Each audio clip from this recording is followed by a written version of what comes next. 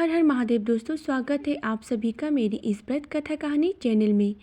आज से साल 2024 का पहला खरमास शुरू होने वाला है।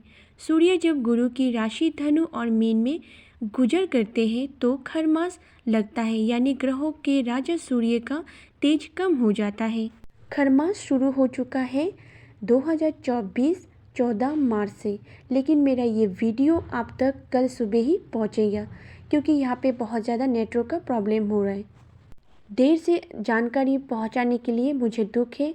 आशा करती हूँ आप सभी को मेरी जानकारी अच्छा लगे। 14 मार्च को सूर्य नारायण मीन राशि में प्रवेश करेंगे और इस दिन से खरमास लग जाएगा। आइए जानते हैं खरमास का महत्व और कौन से काम बंद हो जाएंगे खरमास में। ज्योतिष शास्त्र के अनुसार सूर्य देव के धनु और मीन राशि में भ्रमण करने के दौरान खरमास लगता है। इस तरह साल में 2 बार खरमास लगता है। इस समय सूर्य का वेग और तेज प्रभावित होता है। इस कारण खरमास में शुभ कार्य नहीं किए जाते हैं।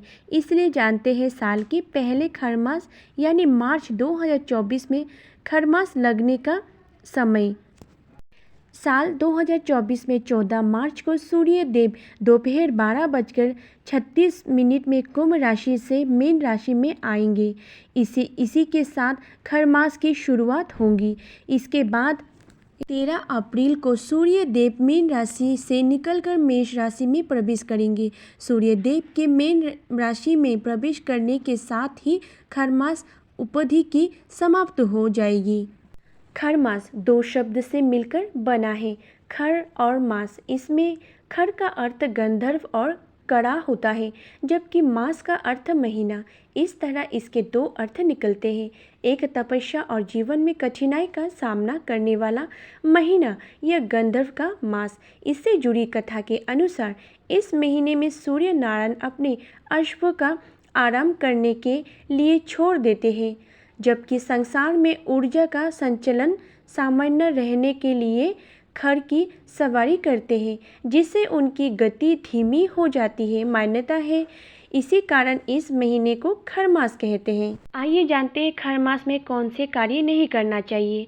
धार्मिक ग्रंथों के अनुसार खरमास को शुभ काम के लिए अच्छा नहीं माना जाता है, लेकिन इस समय में जप तप करना चाहिए और सूर्य नारायण भगवान विष्णु की पूजा करनी चाहिए। आइए जानते हैं खरमास में क्या ना करें। खरमास में शादी, मुंडन, गृह प्रवेश आदि काम नहीं करने चाहिए। खरमास में नई संपत्ति, नया वाहन खरीदना नहीं चाहिए। कारोबार शुरू करने से बचना चाहिए। खरमास में तामसिक भोजन नहीं करना चाहिए। खरमास में सूर्य देव की पूजा इन सूर्य देव के मंत्रों के जाप से करनी चाहिए। खरमास में दान का बहुत महत्व होता है, इसीलिए 13 अप्रैल तक जितना हो सके ज़रूरतमंदों को वस्तुओं या पैसा का दान करें।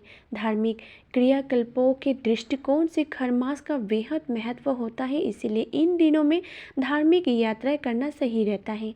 तुलसी के पौधे के सामने रोजाना घी के दीपक जलवाएं और विष्णु भगवान का स्मरण करें। नित्य तुलसी पूजा और दान के साथ खरमास बीत जाने के बाद किया गया शुभ कार्य ज़्यादा फलदायक होगा।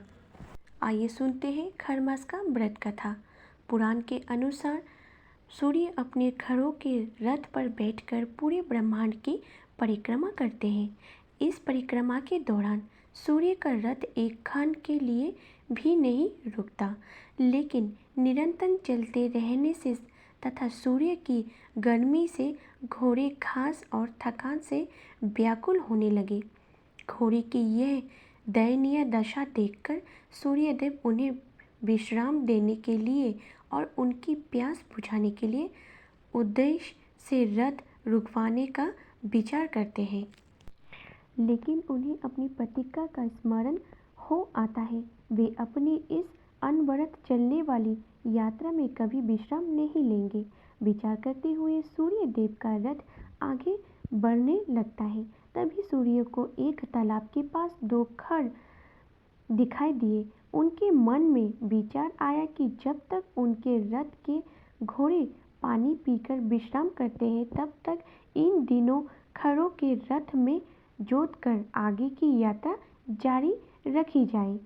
ऐसा विचार कर सूर्य ने अपने सारथी अरुण को उन दिनों खरों को घोड़ी के स्थान पर जोतने की आज्ञा दी। सूर्य के आदेश पर उनके सारथी ने खरों को रथ में जीत दिया। खर अपनी मद गति से सूर्य के रथ को लेकर परिक्रमा पथ पर आगे बढ़ गए।